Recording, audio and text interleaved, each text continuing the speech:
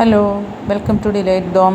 ഇന്ന് നമുക്കിവിടെ ഉണ്ടാക്കാൻ പോകുന്നത് ചെമ്മീനും മാങ്ങയും കൂടി ഒരു കറി ഉണ്ടാക്കാനാണ് പോകുന്നത്. അതിന് വേണ്ടിയിട്ട് ചെമ്മീൻ ഉപയോഗിക്കുന്ന പച്ചച്ചെമ്മീനാണ് നമ്മളിവിടെ ഇതിന് വേണ്ടിയിട്ട് എടുത്തേക്കുന്നത്. ആ പച്ചച്ചെമ്മീൻ നന്നായിട്ട് വൃത്തിയാക്കിയാണ് ഇപ്പോൾ മാർക്കറ്റിൽ നിന്ന് നമ്മൾ വാങ്ങിച്ചുകൊണ്ട് വന്നേക്കണേ. പക്ഷേ എന്നാലും എത്ര വൃത്തിയാക്കിയാലും ആ ചെമ്മീൻ്റെ ബാക്കിലായിട്ട് അതിൻ്റെ ടോപ്പ് വശത്ത് ഒരു ബ്ലാക്ക് കളർ സ്ട്രിങ് കാണും. അതിൻ്റെ ഉള്ളിൽ ആ ഫ്ലഷിൻ്റെ ഉള്ളിലേക്ക് കയറിയിട്ട് അപ്പോൾ അത് നമുക്ക് ഒരു ഫോർക്ക് വെച്ചിട്ട് നന്നായിട്ട് ക്ലീൻ ചെയ്ത് എടുക്കണം. അപ്പോൾ ആ സ്ട്രിങ് എല്ലാ ചെമ്മീൻ്റെ ഓരോന്നായിട്ട് ആ സ്ട്രിങ് ഒന്ന് ക്ലീൻ ചെയ്തെടുക്കുക. അതാണ് ആദ്യത്തെ വർക്ക്. ഇപ്പോൾ ഈ ചെമ്മീൻ ക്ലീൻ ചെയ്യണതാണ് ഇപ്പോൾ കാണുന്നത്.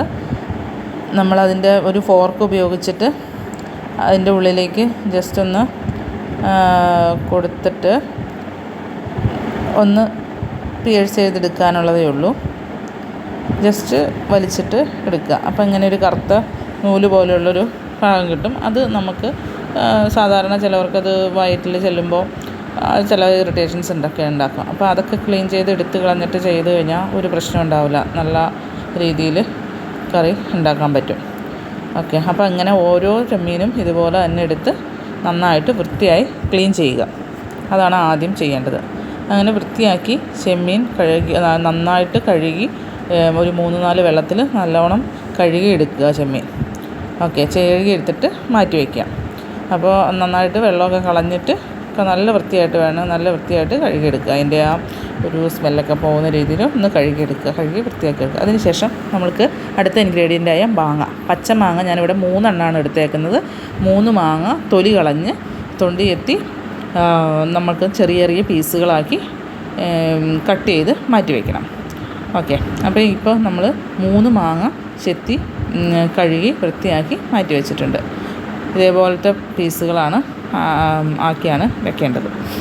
അതിനുശേഷം നമ്മൾ കഴുകി വെച്ചിരിക്കുന്ന ചെമ്മീൻ ഒരു ചട്ടിയിലേക്ക് ഇട്ടിട്ട്, ഞാനിപ്പോൾ മൺചട്ടിയിലാണ് ഉണ്ടാക്കുന്നത്, ഒരു ചട്ടിയിലേക്ക് ഇട്ടതിന് ശേഷം ആ ചട്ടിയിൽ ആദ്യമേ ചെമ്മീനിൽ കൂടാൻ വേണ്ടിയിട്ട് കുറച്ച് മഞ്ഞൾപ്പൊടി, എന്ന് വെച്ചാൽ ഒരു 1/4 ടീസ്പൂൺ മഞ്ഞൾപ്പൊടി, അതിനുശേഷം ഒരു 1/4 ടീസ്പൂൺ മുളക് പൊടി, അത് ജസ്റ്റ് ഒന്ന് അതിലൊന്ന് വരാനിരിക്കാൻ വേണ്ടി മാത്രം. അപ്പോൾ അതിനുശേഷം കുറച്ച് വെളിച്ചെണ്ണ. ഈ സമയത്ത് ഇപ്പോൾ ഉപ്പിട്ടാലും കുഴപ്പമില്ല, ഉപ്പിട്ടില്ലെങ്കിലും കുഴപ്പമില്ല. ഞാനിപ്പോൾ ഉപ്പിടാതെയാണ് ഉപയോഗിക്കുന്നത്. അപ്പോൾ ജസ്റ്റ് ആ ചെമ്മീനിലൊന്ന് പിടിക്കാൻ വേണ്ടി മാത്രമുള്ള വെളിച്ചെണ്ണയും മഞ്ഞൾപ്പൊടിയും മുളക് പൊടിയും ഇട്ടൊന്ന് നന്നായിട്ടൊന്ന് മിക്സ് ചെയ്ത് വയ്ക്കുക. ആ ചട്ടിയിലിട്ട് തന്നെ, ഈ ചട്ടിയിൽ തന്നെയാണ് നമ്മൾ പാചകം ചെയ്യാൻ പോകുന്നത്. അപ്പോൾ അതിന് ശേഷം ഇപ്പോൾ ഇത്രയും ചെയ്തതിന് ശേഷം നമുക്കിനി അടുത്തതായിട്ട് നമ്മൾ കഴുകി വെച്ചിരിക്കുന്ന മാങ്ങാ കഷ്ണങ്ങൾ ഇട്ട് കൊടുക്കുക. ഇനി ഈ മാങ്ങാ കഷ്ണങ്ങൾ ഇട്ടതിന് ശേഷം ആ മാങ്ങാ കഷ്ണത്തിനും അതുപോലെ തന്നെ ചെമ്മീനും പാകത്തിന് വേണ്ടിയിട്ട് ഇടാൻ വേണ്ടിയിട്ടുള്ള മഞ്ഞൾപ്പൊടി, മുളക് പൊടി, മല്ലിപ്പൊടി, വെളിച്ചെണ്ണ, ഉപ്പ്, ഇത്രയും സാധനങ്ങളിട്ട് ഇത് മിക്സ് ചെയ്ത് എടുക്കുക. അപ്പോൾ ആദ്യമേ മഞ്ഞൾപ്പൊടി ഇട്ടു. അതിനുശേഷം അതൊരു 1/4 ടീസ്പൂണോളം, ആദ്യമേ നമ്മളൊരു 1/4 ടീസ്പൂൺ മഞ്ഞൾപ്പൊടി ഇട്ടിട്ടുണ്ടായിരുന്നു. ഇപ്പോൾ വീണ്ടും ഒരു 1/4 ടീസ്പൂണോളം മഞ്ഞൾപ്പൊടി ഇട്ടു. ഇതിന് ശേഷം ഒരു ടീസ്പൂൺ മുളക് പൊടി ഇടുക. അപ്പോൾ നമ്മളിതിന് മുളക് പൊടി കുറച്ചാണ് ഉപയോഗിക്കുന്നത്, 1 ടീസ്പൂണാണ് ഉപയോഗിക്കുന്നത്. ടീസ്പൂൺ എന്ന് പറഞ്ഞാൽ ചെറിയ സ്പൂണിനുള്ള അളവാണ് ടീസ്പൂൺ എന്ന് പറയുന്നത്.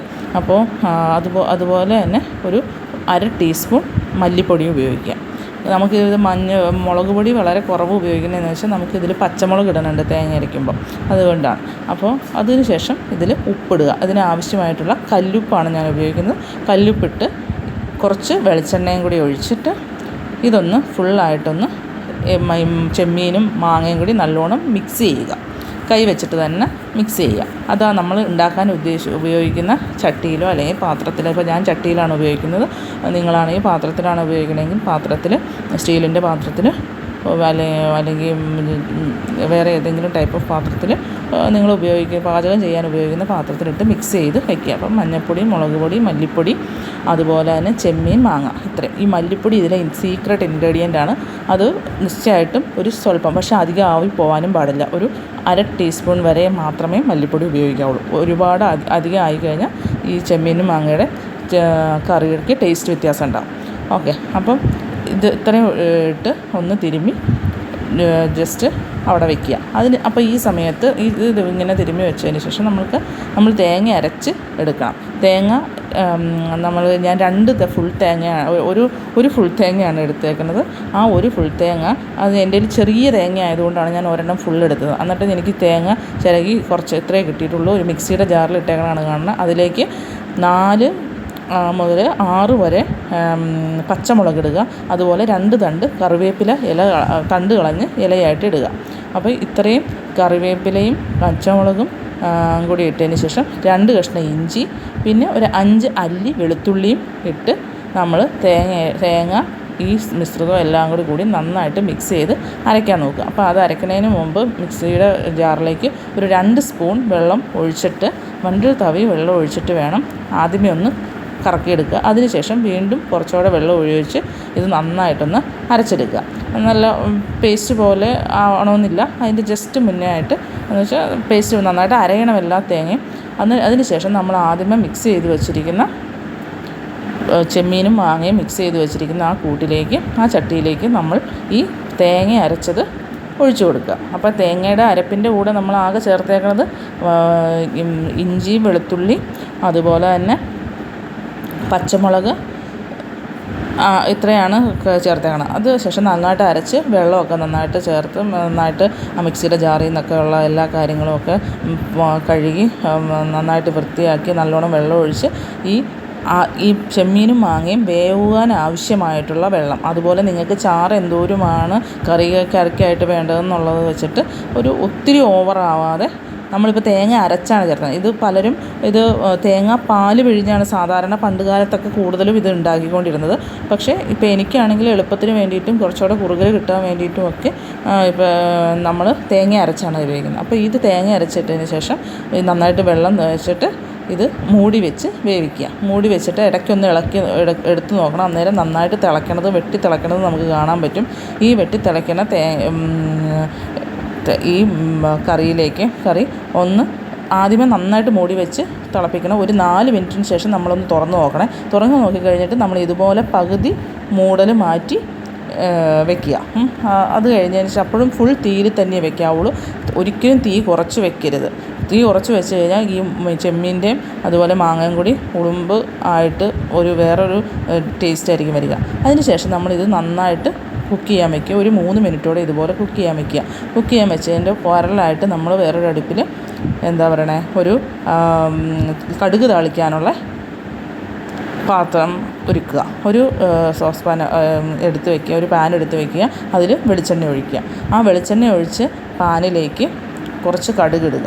ഒരു 1/2 ടീസ്പൂൺ കടുകിടുക. 1/2 ടീസ്പൂൺ കടുകിട്ടതിന് ശേഷം ഒരു 3-4 ഉലുവ കൂടി ആ കടുകിൻ്റെ കൂടിയിട്ട് പൊട്ടിക്കുക. ഓക്കെ, അപ്പോൾ നന്നായിട്ട് കടുകിട്ടതിന് ശേഷം ഉലുവ പൊട്ടിക്കുക. ഉലുവയും കൂടി ഇട്ട് പൊട്ടിക്കുക. അപ്പോൾ ഈ കടുക് ഉലുവയും പൊട്ടി വരുമ്പോഴത്തേക്കും ഞാൻ സാധാരണ കടുക് താളിക്കുമ്പോൾ ചുമ്മാ ഇങ്ങനെ അങ്ങ് താളിച്ച് ഇടാറാണ് പതിവ്. ഇതിൻ്റെ കൂടെ ഞാനിപ്പോൾ ഒരു ചുവന്ന മുളക് ഇട്ടിട്ടുണ്ട്. അതുപോലെ തന്നെ കുറച്ച് ചുവന്നുള്ളി അല്ലെങ്കിൽ കുഞ്ഞുള്ളി നമ്മൾ അരിഞ്ഞ് ഇതിൽ കടുക് താളിക്കാനായിട്ട് ഉപയോഗിക്കുന്നുണ്ട്. അപ്പോൾ ആ സമയത്ത് നമ്മുടെ മറ്റേ അടുപ്പിലിരുന്ന് ചെമ്മീനും മാങ്ങയും ഇരുന്ന് വേവുന്നുണ്ട്. അപ്പോൾ അതിൻ്റെ വേവ് പാകമായിട്ട് നമ്മളത് ഓഫ് ചെയ്ത് വെക്കണം. ഈ സമയമാകുമ്പോഴത്തെ ഓഫ് ചെയ്യും. അപ്പോൾ ആ സെയിം സമയത്ത് തന്നെ കടുക് താളിക്കാനുള്ള ചുവന്നുള്ളി ആ എണ്ണയിൽ കിടന്ന് വഴണ്ട് വരുന്നുണ്ട്. അതിൻ്റെ നിറം ഒന്ന് മാറി തുടങ്ങും. ഇപ്പോൾ ഒത്തിരി ചുമന്ന് അങ്ങ് കറുത്ത് പോകണ്ട.